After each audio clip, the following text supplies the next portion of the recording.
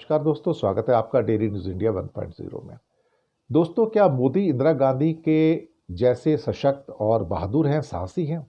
सवाल भी पैदा होता। Answer is straight way no. Indira Gandhi अपने कर्मों से जानी जाती है, ना कि अपने बड़बोलेपन से। मोदी अपने बड़बोलेपन से जाने जाते हैं, ना कि अपने कर्मों से। इंदिरा गांधी बहुत एक तरह से कहा जाए लकी थी कि उनके पास एक जनरल थे जिनका नाम था जनरल मानेकशॉ, सैम बहादुर। एक ऐसा आदमी जो प्रधानमंत्री के सामने बैठ के उसको ब्लंट भाषा में जवाब दे सकता था, ना कर सकता था। उसको बोल सकता था कि ये कर रहा है तो ये चाहिए, ये कर रहा है तो ये चाहिए। क्या आज के किसी जनरल में हिम्मत है कि प्राइम मिनिस्टर से मिलकर बोल सके कि मुझे ये चाहिए? क्या किसी जनरल के अंदर इतनी हिम्मत है जो सैम मानेकशॉ के अंदर हिम्मत थी? सवाल नहीं पैदा होता। आजकल के तो जनरल भी कमजोर है भारतीय सेना के।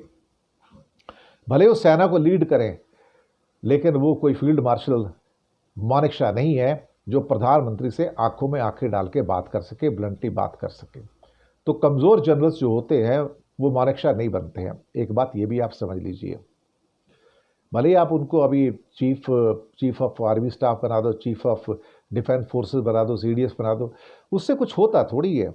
असली शेर तो मानेकशॉ था और शेर नहीं इंदिरा गांधी थी। तो उन्होंने जो 1971 में करके दिखाया था वो तो मोदी अपने सपनों में भी नहीं कभी सोच सकते।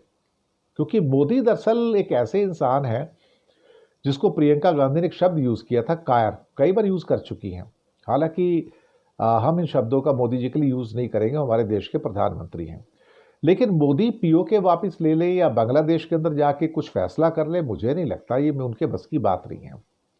बांग्लादेश के ऊपर मोदी का एक स्टेटमेंट आज तक नहीं आया है। जबकि जब पाकिस्तान पे इंदिरा गांधी ने आक्रमण किया था तो पूरी दुनिया का दौरा करके आई थी, वो लोगों से मिली थी, वर्ल्ड लीडर्स को बताया था कि हम कौन से हालात से गुजर रहे हैं। लेकिन मोदी तो बांग्लादेश का नाम भी नहीं लेते हैं। वो तो क्या है कि शेख हसीना के कंधे पर बंदूक रख के गोली चला रहे हैं। इन हालातों के अंदर मुझे ऐसा लगता है कि कहीं ना कहीं मोदी वो व्यक्ति नहीं है जिनसे क्या कहते हैं कि आरएसएस, वीएचपी, बजरंग दल ये उम्मीद करें कि ये वहां जाके उन हिंदुओं को बचाएंगे।